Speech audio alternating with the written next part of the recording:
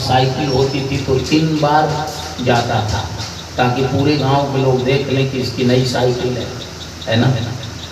उसके बाद उसने बंद किया तो उसका छोटा भाई जाएगा, वो बंद करेगा तो बड़ा भाई बाजार जाएगा। माने दिन भर में 24 घंटे में 36 बार जब तक साइकिल को लोग देख न लें, है ना, तब तक उस जमाने में लोग नहीं मानते थे। अब के लोग इसको लाइटली लेंगे, लेकिन ये सीरियस चीज़ें हैं। फिर आप मत पूछिएगा कि कितने साल के हुए, लेकिन अनुभव हमारा बहुत सालों का है ना। तो इसलिए ये देखी हुई बातें मैं बता रहा हूँ, किताब में तो कहीं लिखी नहीं है। साइकिल, घड़ी, ये सब हमने देखा है। एक ही घड़ी को परिवार के 6 लोग बांध कर जा रहे हैं, ऐसा देखा है। चर्चा हो गई, लोग भी नज़र उसी पर डालते थे। कोई चालाक होते थे तो इग्नोर करते थे, तब वो ऐसे वैसे करता था, और नहीं तो कोई टोक देता था कि ये तो भैया वाली घड़ी है ना, कहाँ है तो उन्हीं की, लेकिन अभी मैं पहना हूँ। तो ऐसे बात होती थी। तो 17 जिन मणिनाज्वलन मणि लेकर आया भगवान कृष्ण को दिखाने।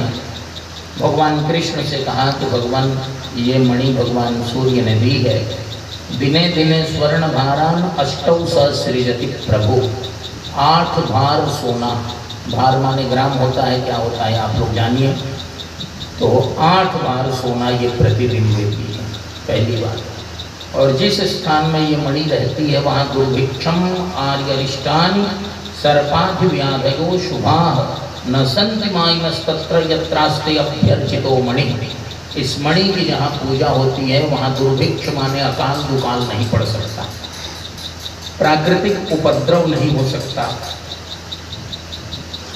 किसी भी प्रकार का अरिष्ट नहीं हो सकता। अरिष्ट माने अनिष्ट, और सर्प इत्यादि की बाधा नहीं हो सकती। व्याध यह कोई अशुभ बीमारी नहीं हो सकती। न संत माइनस तत्र, माइनह माया कहते हैं, इंद्रजाल जादू टोना ये सब करने वाले भी वहाँ टिकते नहीं हैं। और सारे दिव्य गुण रहते हैं जहाँ ये मणि रहती है, इसकी पूजा होती है। भगवान ने कहा बहुत अच्छी बात है। तो उसने कहा कोई आपकी प्रतिक्रिया? भगवान ने कहा मैं तो यही कहूँगा कि बहुत बेशकीमती मणि है। ऐसी मणि पर कई लोग नज़र भी रख सकते हैं, चोट कर सकते हैं, इसलिए इसको बेहतर होगा कि आप राज्य में जमा कर दो। राजकीय कोष में रहेगा तो सुरक्षित रहेगा। वहाँ बहुत बड़ा खजाना है, सैनिक सुरक्षा करते हैं, इसकी भी सुरक्षा हो जाएगी। नहीं तो इससे मणि इतनी बेशकीमती है, मूल्यवान है, और आपके परिवार के खतरे की घंटी हो जाएगी। बहुत बड़ी चीज़ हो तो खतरा ही है। हम लोग पहले गाँवों में जाते थे सत्संग इत्यादि के क्रम में, तो जो गांव के बहुत अच्छे लोग माने जाते थे उन्हीं के यहाँ ठहरवाया जाता था ऊपर के कमरे में। अब हमने देखा कि हम सोए हुए हैं, वो रात भर खड़े हैं, जगे हैं। तो पूछा कि आप रात भर जगते क्यों हैं? तो उन्होंने कहा कि अपने पास हथियार है, उसकी सुरक्षा के लिए जगना पड़ता है। तो फिर पूछा कि हथियार क्यों है? कहा हमारी सुरक्षा के लिए। तो ये कौन सी सुरक्षा है कि जिसके लिए रात भर हथियार लेकर तुम जगे हुए हो, है ना? तो ऐसा भी है। तो भगवान ने कहा कि ये मणि लेकर के रात भर जगोगे बेकार हो जाएगा, यही जमा करो। 17 जिनके दिमाग में कुछ दूसरा ही आया, वो समझ गया कि ये नहीं चाहते कि मणि मेरे पास रहे, और चाह रहे हैं कि राज्य के बहाने मणि इन्हीं को हम दे दें। वहाँ से निकला, भगवान से तो मना कर दिया कि नहीं मणि भगवान सूर्य ने हमको दी है, ये हम किसी को देंगे नहीं। और वहाँ से निकला तो अब भगवान के विरोध में दुष्प्रचार करने लगा कि कृष्ण जो है वो मेरी मणि को देखकर लोभ में आ गए, हो सकता है चुरा भी लें। अब इस तरह से अनाप शनाप बकने लगा। उसका भाई, साइकिल पर भाई भी जाता है घड़ी पहनकर, थोड़ी देर पहले बताया। अब उसका भाई घोड़े पर बैठा मणि पहन लिया और वन में चला गया।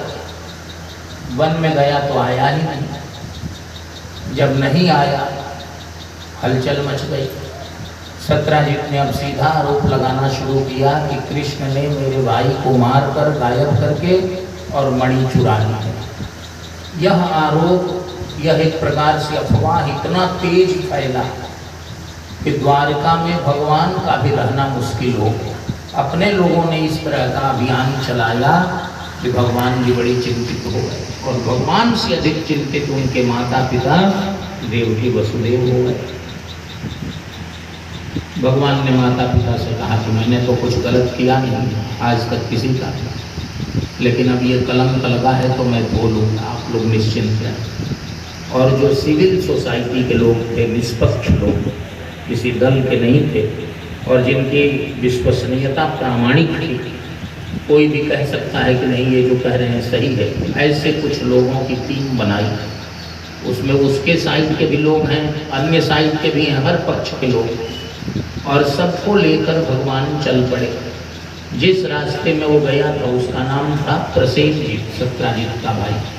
प्रसेनजीत जिस रास्ते में गया था उसी रास्ते में भगवान आगे बढ़े। थोड़ी दूर जाने पर प्रसेनजीत का शव मिल गया, डेड बॉडी, और उसके घोड़े की भी लाश मिल गई, और वहाँ सिंह के पंजों के निशान मिले। तो स्पष्ट हो गया, फॉरेंसिक एक्सपर्ट भी साथ में थे, सारी चीज़ें जो सबूत थे उनको सुरक्षित कर लिया गया, और तय हो गया कि प्रसेनजीत की हत्या सिंह ने की है। वन में सिंह है, उसने मार दिया, घोड़े को भी प्रसेनजीत को भी। अब सिंह के पैरों के निशान का पीछा करते करते वो सारा प्रतिनिधिमंडल चला गया बहुत दूर एक गुफा के द्वार पर, जंगल में, और वहाँ सिंह का शव मिला, और वहाँ पर भालू के पंजों के निशान। हाँ, भालू। वो गुफा जो है आजकल उस गुफा को जम्मू कहते हैं। वहीं भालू के रूप में जाम्बवान जी वहाँ रहते थे, उन्हीं के नाम पर वो जम्मू है, जम्मू गुफा। गुफा का द्वार बंद था। भगवान ने कहा ये लोग तो मिलिट्री के थे नहीं, सिविल के लोग थे, तो कहा आप लोग अंदर चलेंगे? कहा यहीं आ गए बहुत है, इतना जंगल में चला दिया हम लोगों को, यहीं रहेंगे। तो भगवान ने कहा मैं आता हूँ अंदर से, आप लोग यहीं रहिएगा। भगवान अंदर गए तो कई दिन बीत गए, आए ही नहीं। तो ये सब वहाँ से भागे कि अंदर कहीं किसी ने, किसी भालू वालू ने उनको मार दिया तो निकलेगा तो हम लोगों को भी मारेगा ही, इसलिए चलो द्वारका चल चले। द्वारका लौट आया। वसुदेव और देवकी बड़े दुखी हुए। अभी तक तो मणि गायब थी, प्रसेनजीत की मर्डर मिस्ट्री काफ़ी हद तक सुलझ गई थी। क्या क्या हुआ था, सिंह ने मारा, सिंह को भालू ने मारा, वहाँ तक मामला पहुँच गया, लेकिन भालू ने कृष्ण को मार दिया। तो देवकी और वसुदेव ने तुरंत दुर्गा जी की उपासना शुरू की। भागवत जी के 10वें स्कंद के उत्तरार्ध में ये कथा है, और देवी भागवत के महात्म्य में ये कथा है। शतचंडी 100 दुर्गा सप्तशती का पाठ, श्रीमद् देवी भागवत की कथा, 9 दिनों का यज्ञ। बैठ गए यज्ञ में। उधर भगवान गुफा में गए तो एक युवती, भालू की ही बेटी थी लेकिन मनुष्य के रूप में रहती थी, तो वही उस मणि से खेल रही। भगवान ने मणि छीनने की कोशिश की, उसने हल्ला मचाया, उसके पिता जाम्बवान आ गए। जाम्बवान ने भगवान को पीटना शुरू किया, भगवान ने जाम्बवान को पीटना शुरू किया। दोनों में मल्ल युद्ध शुरू हुआ, और 28 दिनों तक वो युद्ध चलता रहा। 28वें दिन जाम्बवान ने कहा, जाने त्वां सर्वभूतानां प्राणवोजः सहो बलम विष्णुं पुराण पुरुषं प्रभ विष्णुं मधीश्वरम। मैं आपको जान गया, आप पुराण पुरुषोत्तम परात्पर पर ब्रह्म परमात्मा श्रीमन नारायण श्री विष्णु हैं। जो मेरे स्वामी थे सीतापति श्री राम, वही आप हैं, श्री कृष्ण बनकर आए हैं, और आप ही की मैं प्रतीक्षा कर रहा था। आपके अतिरिक्त दूसरा कोई मुझे मार नहीं सकता, और दूसरे के मारने से मेरे अंगों में इतनी असह्य पीड़ा नहीं हो सकती। जाम्बवान तो ब्रह्मा जी के पुत्र हैं, बहुत पहले सतयुग में ही। रामावतार तो त्रेता में हो रहा है, ब्रह्मा जी ने पहले ही भूमिका दे दी। ब्रह्मा जी जब भाई लिए उसी समय जाम्बवान उत्पन्न हो गए। ब्रह्मा जी के मानस पुत्र हैं, तो सारा तेज, बल, ओज, ज्ञान, बुद्धि, विवेक सब ब्रह्मा जी के समान है। सारी बातें जानते हैं जाम्बवान की, इसी से वो मंत्री। जाम्बवान मंत्री अति बूढ़ा है ना, जाम्बवान मंत्री अति बूढ़ा। मंत्री का मतलब जो सारा मंत्र जानता हो। राजा कम भी जाने तो बात चले, मंत्री ज़्यादा जाने। इस समय मंत्री बड़ा मुश्किल ही है, कुछ कहने की ज़रूरत नहीं है, बढ़िया से फाइल पढ़ लें तो बहुत बड़ी बात है ना, ऐसा भी है। तो इस स्थिति में जाम्बवान ने कहा कि जब रावण से आप युद्ध कर रहे थे और रावण को आप जब पीट रहे थे युद्ध में, मतलब द्वंद्व युद्ध में बाणों से ही, तो मुझे बीच बीच में लगता था कि इसकी जगह मैं होता तो आपको ठीक कर देता, सही जवाब देता। अब मैं समझ गया उस समय तो आप मर्यादा में थे श्री रामावतार में, तो आपने मुझे मेरे साथ कोई युद्ध नहीं किया, लेकिन वही मेरी इच्छा उस समय की थी। भगवान के सामने कोई इच्छा नहीं करनी चाहिए। उस इच्छा के कारण 28 दिनों तक मेरी पिटाई नहीं कुटाई हो गई। अब जो हुआ सो हुआ, क्षमा कर दीजिए। और न केवल यह मणि, बल्कि इस मणि से खेलने वाली मेरी यह बेटी भी आप ही को मैं सौंपता हूँ, आप ही की प्रतीक्षा में मैं था। आखिर बेटी को तो किसी न किसी को देना ही है, तो मैंने तय किया था कि आप ही को दूंगा। और ऐसे भी किसी भी बेटी का विवाह भगवान विष्णु से ही होता है। विवाह पद्धति में लिखा है कि विवाह के दिन वर जो है वो विष्णु रूप है, वराय विष्णु रूपाय, ये शब्द है उसमें। तो विष्णु रूप वर को ही देना है ना। जाम्बवान ने कहा कि आप विष्णु ही हैं, आपको बेटी भी दूंगा, मणि भी दूंगा। तो विवाह कर दिया। जाम्बवती को लेकर भगवान कृष्ण द्वारका आए। देवकी वसुदेव बड़े चिंतित हैं। देवी भागवत के 9वें दिन की कथा पूर्णाहुति की कथा है। कथा के बाद हवन, और हवन के बाद प्रसाद देकर जो आचार्य हैं वो रक्षा सूत्र बांध रहे हैं और प्रसाद दे रहे हैं यजमान को, देवकी वसुदेव को। मंत्रार्था सफला संतु पूर्णा संतु मनोरथा। उसी समय भगवान श्री कृष्ण जाम्बवती को लेकर और मणि को भी लेकर आ गए। अब द्वारका में और ज़्यादा उत्सव मनाया जाने लगा। सारे लोग प्रसन्न हो गए। भगवान श्री कृष्ण ने सबके सामने सत्राजित को बुलाया। इसी से नवमी दुर्गा, नवम सिद्धिदात्री, सिद्धि देती हूँ, सारी सफलता सब आ गया, सारा कलंक धुल गया। सत्राजित को बुलाया। सत्राजित से कहा कि भैया ये अपनी मणि ले, मैंने तो तुमको सुरक्षा के लिए कहा था, तुमने मुझे बदनाम किया, कलंकित किया, और तुम्हारा भाई नष्ट हुआ, इतना सब कुछ हुआ मेरी बात नहीं मानने से।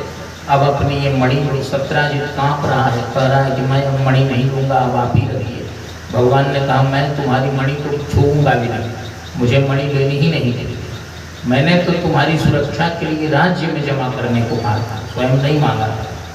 अब तुम्हारी मणि तुम रखो। सत्राजित ने देखा कि अब तो भाई तो जंगल में मारा गया, कहीं मणि के फेरे में मैं घर में न मारा जाऊँ।